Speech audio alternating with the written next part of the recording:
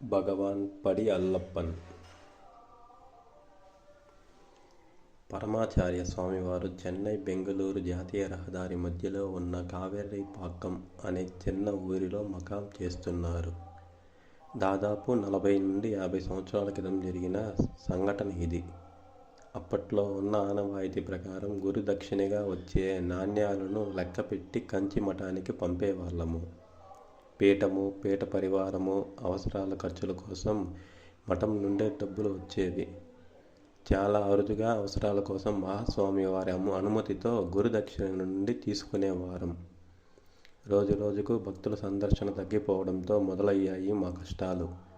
అన్నింటినీ చూసుకుంటున్న శ్రీకంఠన్ ఎన్నిసార్లు అడిగినా మఠం వారి డబ్బులు అడిగే విషయంలో మహాస్వామి వారు సమాధానం ఒక్కటే, భగవాన్ పడి అల్లప్పన్, అంటే భగవంతుడే అన్నీ చూసుకుంటాడు అని. రోజువారీ తిండి కూడా సమస్యగా ఉంది. భక్తులు ఇచ్చే కానుకలు కనీసం రోజుకు ₹1 కూడా అవ్వట్లేదు. మరి భగవంతుడు ఎలా కాపాడుతాడు అని శ్రీకంఠన్ ఆశ్చర్యం. ఇంతలో ఆంధ్రదేశానికి చెందిన ఒక బస్సు కావేరిపాక్కం వద్ద ఆగిపోయింది. దాన్ని మరమ్మతుకు కావలసిన వస్తువులు 30 మైళ్ళ దూరం నుండి తేవాలి. మరమ్మత్తు పనులు కనీసం 3-4 గంటలు పట్టవచ్చు.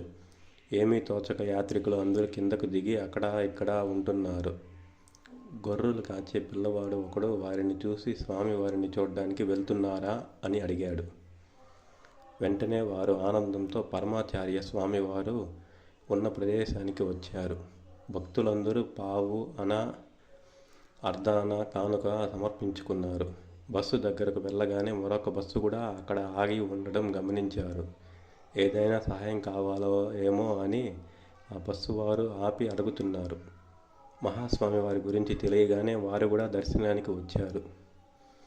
దాంతో గురుదక్షిణ పెద్ద నాణ్యాల గుట్టలాగా అయ్యింది.